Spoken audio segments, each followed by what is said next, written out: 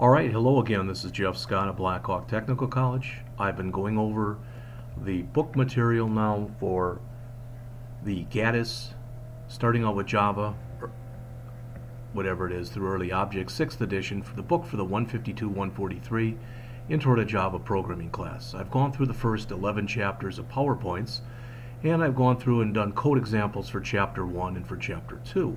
Now I'm going to go in and do another code example for Chapter 3. And again, I'm going to grab all of the code that I currently have. So everything, and copy it to the clipboard.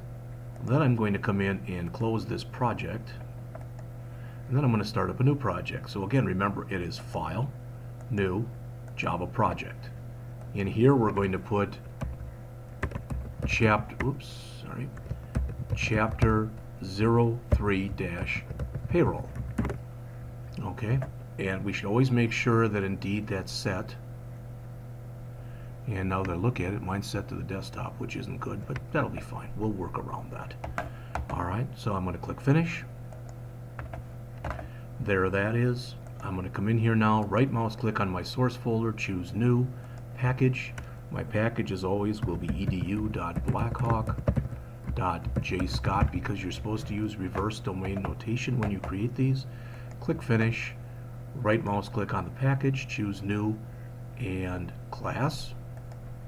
I'm going to again call it Payroll, as I will for all of these examples. I don't need a main. Why? Because I'm copying everything that I just previously did right in. So now this program is the exact same thing as the one I had for Chapter 2. Okay?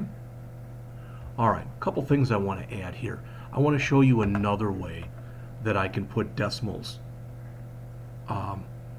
when I do my output. Not that I have to do it this way, but this is more the old-fashioned way of doing it, but you'll still see it a lot in code. So what I'm going to do is right here, I'm going to put a comment in here that says create what's called a decimal formatter object. Alright. And what you'll see is when we do this, so decimal format, and we'll just, we'll call it formatter, well, not deciman, decimal format, and we'll call this formatter, and we'll say it equals a new decimal format, and we'll say that it'll automatically have in it a $, and let's say the biggest number we expect there to be is $999,999.99.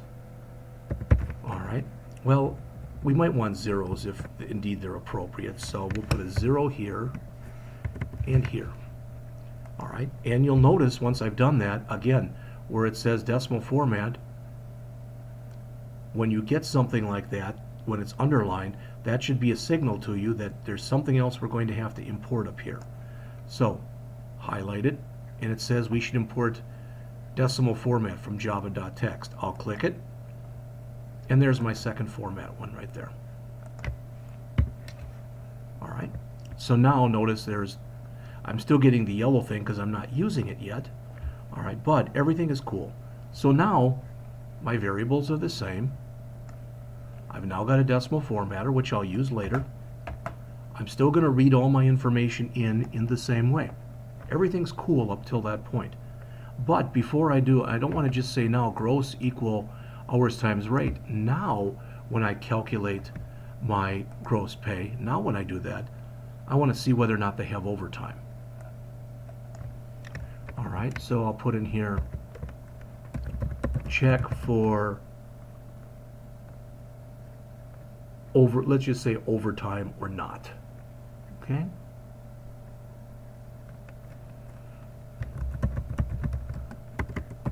Now, what we could do is we could check in here for 40 hours, and that's not a problem. Alright? But what if later on, in order for you to be eligible for overtime, maybe it's only 35 hours. So what I'm going to do is I'm going to come up to the top of my program. I could do it in here, but I'm going to do it at the very top. And I'm going to type in here private static final double, and I'm going to call it max non-OT, and I'm going to set that equal to 40. And I'll put a comment here that says maximum hours worked, comma, no overtime. And then I'm going to create another one, private static final double, and we'll call this OT rate. And I'm going to set that equal to 1.5. And we're going to call that the overtime rate. And in this case, it's what? Time and 1/2. Again, that could end up changing over time, so I'm going to put those in there like this. So I've added two constants. Let's put another comment in here that says declare and initialize program constants. Okay, so now I've got two constants, max non-OT and OT rate.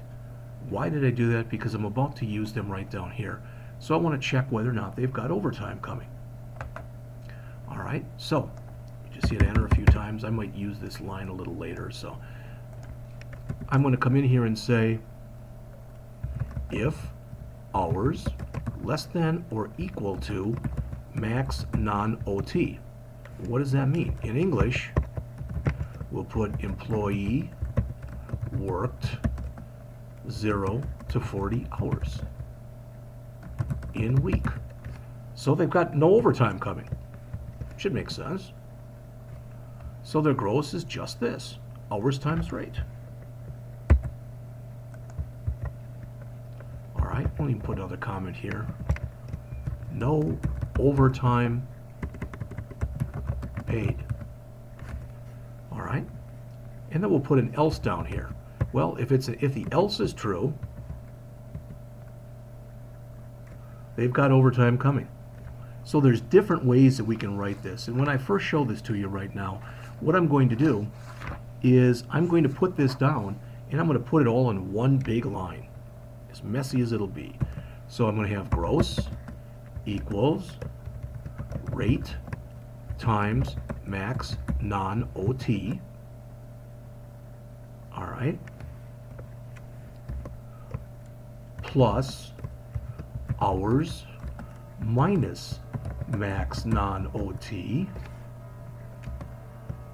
times rate times OT rate. Now that's a mouthful. So let's take a look at, and it looks like I might have a problem with my parens here, so I'll fix that in a second, but I'll get rid of some of these blank lines here. Because those are really the only changes I had to make. So what do we have?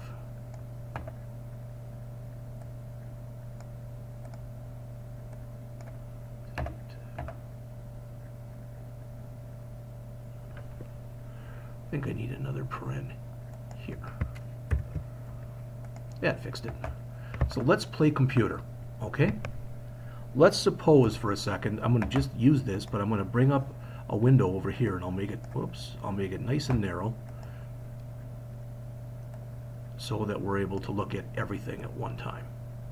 All right, so let's look at this one right here. So let's say hours is equal to 40 and rate is equal to 10.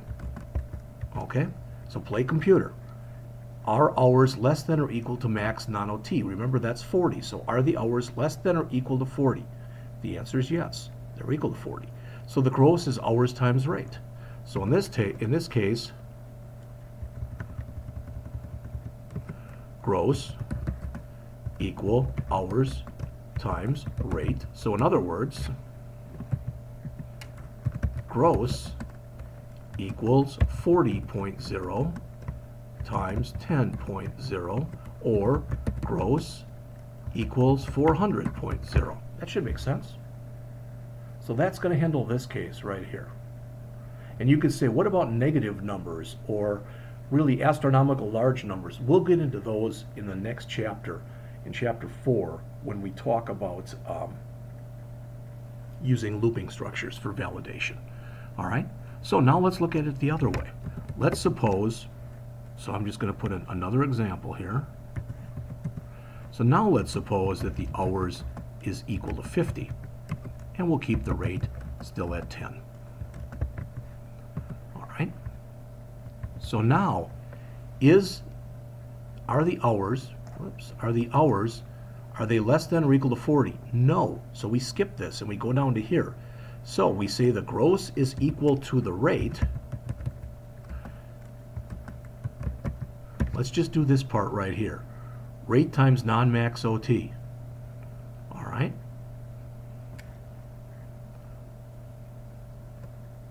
So it's going to be equal to the rate, which we said was $10, times the max non-OT, which is 40.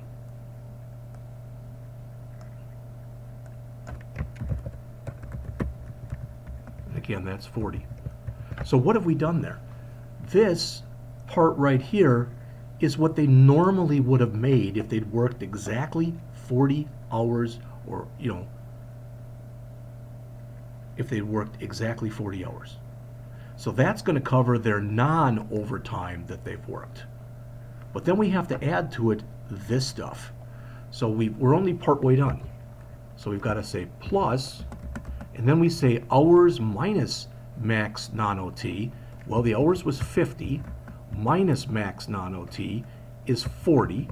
So that's going to give us 10. And we want to multiply that by the rate, which is 10, times the overtimes rate, which is 1.5. So in other words, the gross is going to be equal to 10 times 40, which is 400, plus 50 minus 40, which is 10, times 10, which is 100, times 1.5, which is going to give us 150. So they got an extra $50 in overtime pay because the 10 hours that they worked that were more, those 10 hours that were more than the standard rate were paid as their rate times 1.5. So I'm going to run this and I'm going to put both those in there, and we should be able to come back then and look at it and find out in the first case it's 400, and then the second case it's 550. All right, now let's check and see if indeed that's the case, because I'm done. All right, so we'll save, run. Please enter first name, Bill Green. Bill worked 40 hours and makes $10 an hour. 40, 10, 400. And we'll double check in our stuff down here. Bill Green, 40, 10, 400. Looks good. All right. Then let's run it again. So we'll clear out our area in here and we'll run it one more time. And we'll call this Sue Jones. And Sue worked 50 hours. She makes $10 an hour, and notice 550, which is exactly what we said over here it should be. All right, so what I've attempted to do in this particular example, and I realize this was not long, this presentation. Why? Because not much changed. So again, looking at what changed from the previous program, we had to import java.text.decimal format. That was new. We already had the option pane previously. All right, so this is for the decimal formatter. And this is for the input and output dialogues. All right. We added two constants in here. We added max non-OT. So this is the most number of hours you can work without getting overtime. Remember that when you declare a constant, you must initialize it at the same time. All right. We also declared another variable, and that variable is called OT for overtime rate, which we set equal to 1.5, time and 1/2. All right. Then looking at our program in here, up till this point right there, nothing changed. In lines 12 through 21, they're the exact same things that we had previously. Nothing new in there. But we did add our decimal format object. Again, this is the older way of doing things. You'll notice again, if I put my mouse on it, it says decimal format is a concrete subclass, etc. So it talks about it. Oh, and notice I'm still getting this because I actually didn't use the decimal formatter. So let's go back and do that in a minute. But this set up our decimal formatter right there. Okay? And then we read in the information, so lines 25 through 35 here, these are exactly the same. They have not changed. So in the first 35 lines of the program, we added one more import statement, we added two constants, and we created a decimal formatter object. Other than that, up till this point, everything was the same. But now we're using an if statement in here because we want to see whether or not the employee has overtime coming. So in other words, in this case, they had no overtime paid. But in this case,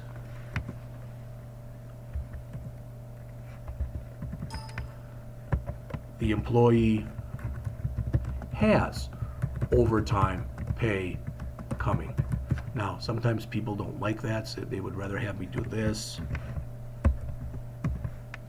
Put it like that. If that's easier, you know, sometimes you end up putting the stuff that you have here right next to it, and sometimes right above it. Okay. Again, I put quite a bit of documentation in here. This is the kind of documentation, especially when you're first learning how to write this stuff, you should be using this. Okay? So, instead of having these printfs, let's go back to print line here. And here. And I'm getting error messages, but we'll fix them in just a minute. And here. Alright, so they're all print lines now. So this will all have to change. So this will be hours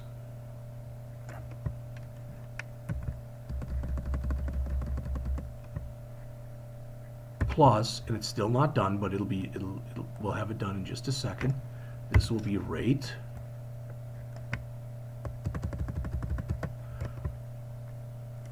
plus, oops, fix it in a second.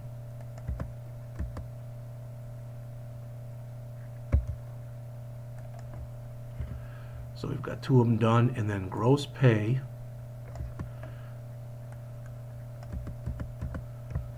plus gross. Now, if we did it like this, there's going to be no formatting on these. Just to show you this, just to show you. All right, let's save this and run it again. So notice we don't have any errors. So Jeff, Scott, 40 hours a week, 10 hours. All right, that still looks the same. What looks different now is down here. There's no formatting. So let's add that formatting back using that decimal formatter that we just put in. All right.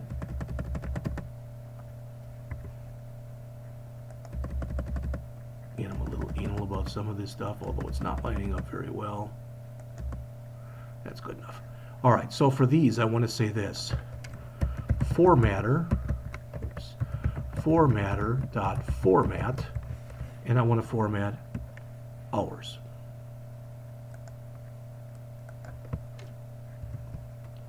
And then I want to say formatter.format with the rate. I don't want any of that in there. Get that junk out of there.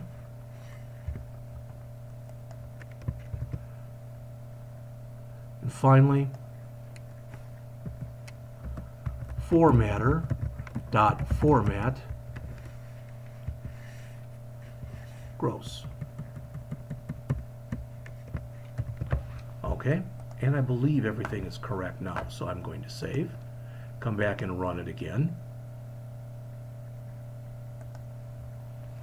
First name, Bob. Last name, Stein. Hours worked, 100. Hourly rate, 25. So now look, they made $3,250, but if you look down below, now it's all formatted. Hours, I shouldn't have used the formatter there.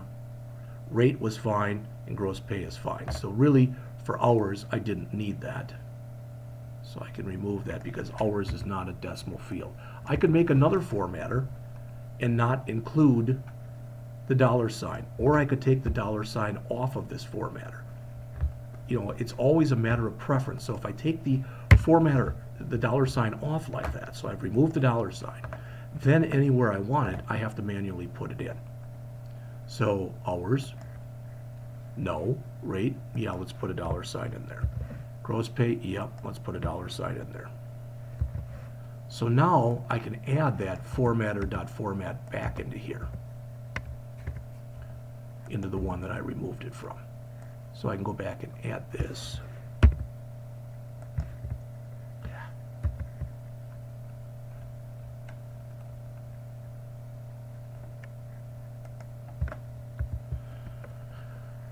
And put that in here like this. Okay? Again, when you do this stuff, how you format it, how you set it up, etc., it's always a matter of personal preference. So if I run it one more time, John Schmidt, 50 hours and makes $25 an hour. You'll notice it now. I don't have it for hours, but I do have it for rate and for this because I manually put these in. So I manually added the $sign. Okay? All right. What I have to do, and I'm going to just do a little bit of it in front of you, but what I have to do is go back now into all these programs, and at the top I want to put a comment in there that says, it's going to be a multi-line comment, so it's going to say Java Payroll program for Chapter 3 of Gaddis text. This program builds on the earlier payroll programs, adding the ability using an if statement to include overtime as, so including overtime as earned by the employee.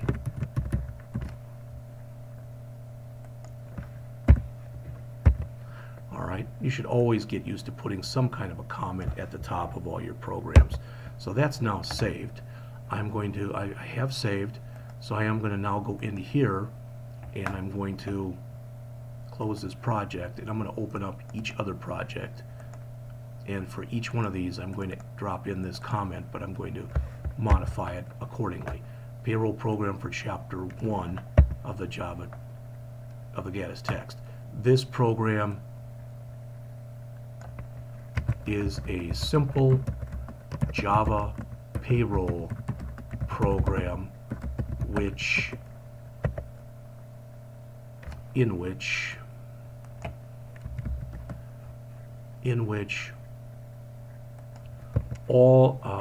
the values of all variables have been hard coded into the program. Alright, so that'll be my comment then for Chapter 1 program, and I should be able to come in here and close this, close project. Let's bring in my one for Chapter 2A.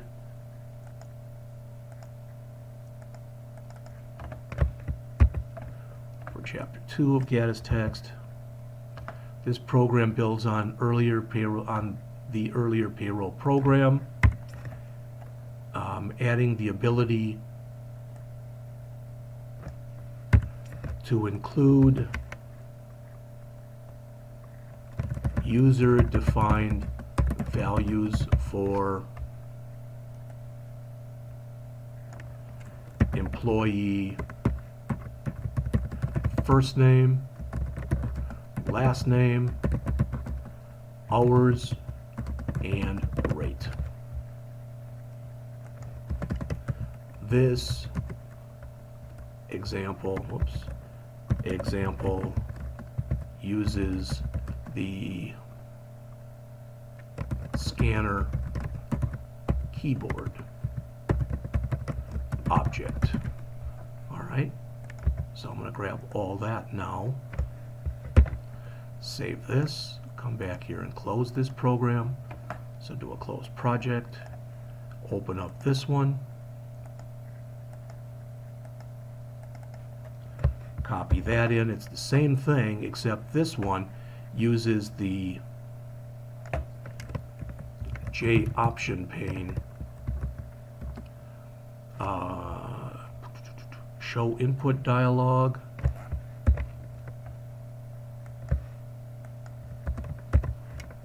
and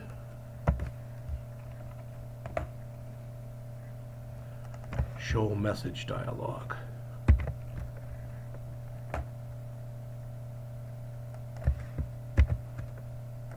Methods. All right, so now hopefully I've gone through there. I've added quite a bit of documentation, including what's called a prologue at the beginning of the program. I've explained what all of my variables are. When I've got a line of code where I wasn't sure if somebody could understand it, all right, I went in there and I added comments accordingly. All right, so hopefully at least now as we come in here, close that, and I want to reopen this one more time to make sure I've got an extraneous comment in there.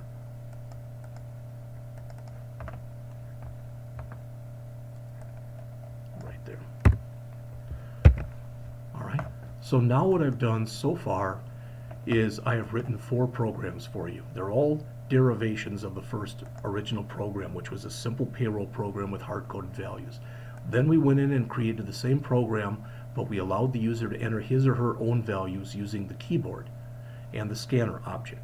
Then we went in and used the same program, but instead of using the scanner object, we went in and used the show input dialog for input and the show message dialog for output. Then we used that same program but added onto it. We added onto it so that we were able to use an if statement and if the person had overtime coming. Just so you know, as a little prelude for you, what we'll add in the next chapter is what if the user puts in a negative value for hours or rate or, etc. That shouldn't be possible. So we'll have more constants. We'll say the most hours somebody can work in a week is maybe 84. That's 12 hours a day. And the least number is 0. And then we'll check to make sure that the hours that were inputted are between 0 and 84. Then we'll do a similar thing for rate. Maybe we'll say that a person makes at least $10 an hour and at most $100 an hour, something like that. So we'll do the same thing. All right, and we'll show input validation. So we'll use the same program that we have right here. So just so that I can get ready to do that, let me close this project. In fact, I'm not even going to close it. I'm going to open it one more time.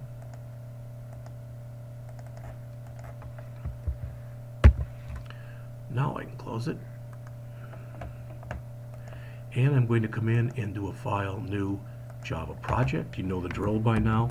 Chapter04-payroll. Click finish. Come in here under my source, do a new package. Again, you know the drill. edu.blackhawk.jscott. And under the package, new class, which again we're going to call payroll. And again, since we're copying stuff in, we don't need a main. Click finish, paste that in. So now I still have a lot of changes to make. All right, but this will now be the chapter program for chapter 4. It builds on the earlier programs, adding the ability, and we'll say using loops to validate the, let's see if we can do a lot of validation. So let's see if we can validate the first name cannot be blank. Last name, again, cannot be blank. Hours between 0 and 84. And rate, we'll say between 10 and 100. Okay, so that's it. I'm going to leave it right there. And I'm going to save this, and we will pick this up after I've gone over the material for Chapter 4. And I'll be back to do that shortly.